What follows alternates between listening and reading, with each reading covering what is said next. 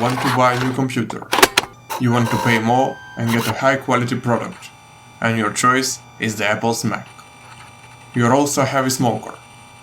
Do you know what happens if you smoke in front of your new Mac? Get ready to hear what you've never heard before.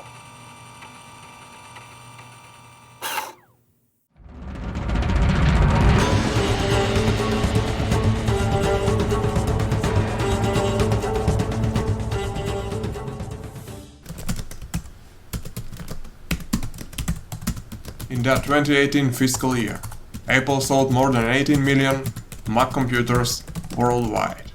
Apple has generally dominated the premium PC market, having around 91% market share for PCs priced at more than $1,000 in 2019. If you want the most powerful Mac money can buy, it will cost you $52,799, making it the single most expensive Mac ever made. That eye-watering price tag comes with some seriously impressive specs to match though. However, there is one little problem. Do you know what would happen if you smoke near your $50,000 Apple computer? Apple voids Apple Care warranty for smokers due to health hazard. Smoke and pray at the same time that your Mac would not need a repair in the near future.